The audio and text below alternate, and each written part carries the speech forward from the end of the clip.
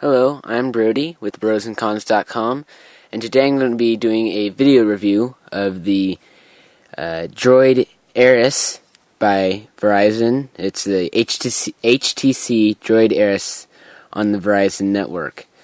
So, if we look at the right side, there is nothing on the right side. It's a pretty slim design too. At the top we have a little sliver right here. You might be able to see that, and that's for taking off the cover. And then your 3.5mm audio jack. On the left side, we have nothing but your up and down volume buttons. And on the back, you have your kind of micro USB port, but it's kind of proprietary. But you can charge it with a micro USB. USB cable. You got this little mic hole right here, and then the lanyard thing right there. The back of the device, very nice looking. It has a pretty big camera, and then the speakerphone, and it says with Google on the back. On the front, you have these touch controls: the home button, the menu button, the go back button, and the search button, as well as a BlackBerry style trackball, the end button, and power up button, and then the send button. So let's get into the operating system of the device, which is Android. Alright, so I turned off the lights here, and we're going to power up the device.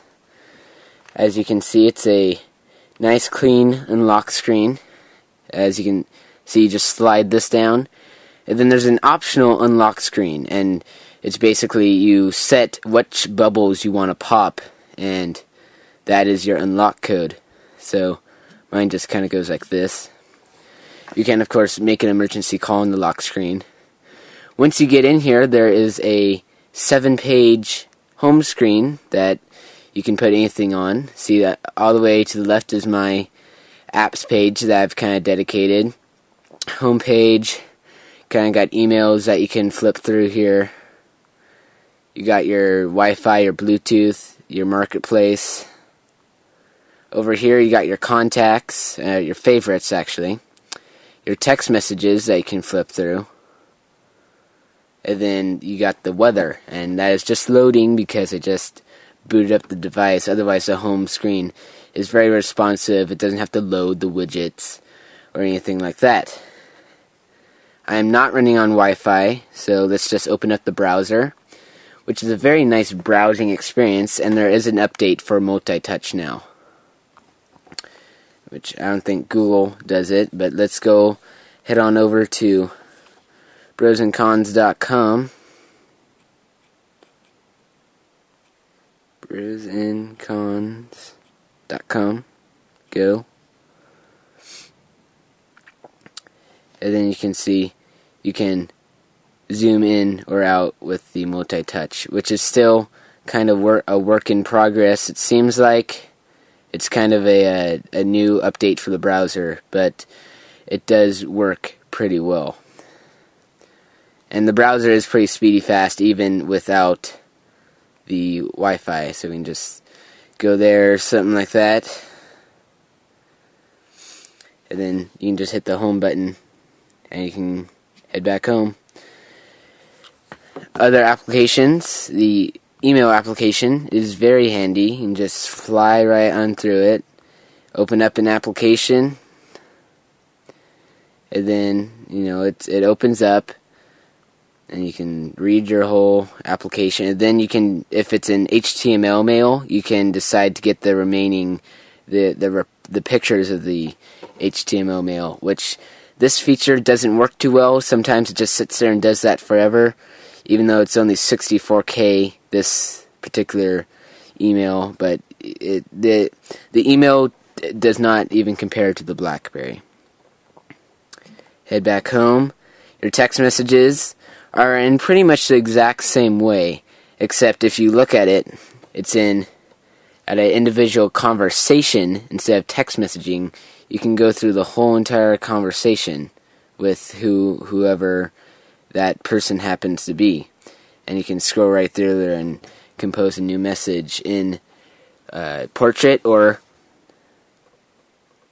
landscape mode, and you can see the landscape mode keyboard kind of gets rid of everything, yet the portrait mode lets you still kind of see the messages up here.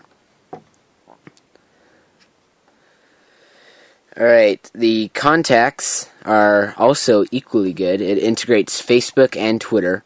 So let's just go right over to updates and events, and we can see people's birthdays and recent updates on Facebook, Twitter, etc. There's also, favorites, groups, and call history with particular persons. Okay, and this actually comes with visual voicemail, but that's $2.99 a month through Verizon. So I recommend getting YouMail on the App Store, or the Marketplace, my bad, and that is a free visual voicemail. Alright, and the Wi-Fi reception it's not the best, but it works. Another thing to take note of, and this is, I hope they fix this problem in the near future, because you cannot watch a video on Verizon's network, a YouTube video. It has to be on Wi-Fi. It just says cannot play video. So I can't believe it. I mean, I cannot watch YouTube videos on the go. It's stupid. I hope they come out with an update for that sooner or later. But of course, you can always launch up the Ustream app, and that works fine over the nation's largest 3G network. Excuse me. Over here, so you got your favorites. You can just add a favorite, and then you just hit that person, and it'll do a assigned task automatically. Like I said earlier, it's a really clean interface. You can just kind of scroll right on through your text, and say like, oh, I want to see the conversation with that person. You just open it up, and boom, there's your conversation. As far as the setting menu goes, we can go in here, and the personalization. It comes with a couple different scenes. Right now I'm in HTC, and so that's where it kind of the wallpaper kind of moves a little bit when you move the home screen, and it has the flip clock. Also in settings, you can go to sound and display, and you can change all these settings, ringtone settings, emergency alert, SD card notifications. You can change the automatic orientation. You can add animations to the device. And then disable auto backlight, which this is interesting because there's actually a little sensor here right on the front of the device that senses light, and it will also sense darkness when you put the phone up to your ear to call somebody and turn off the screen, save battery power.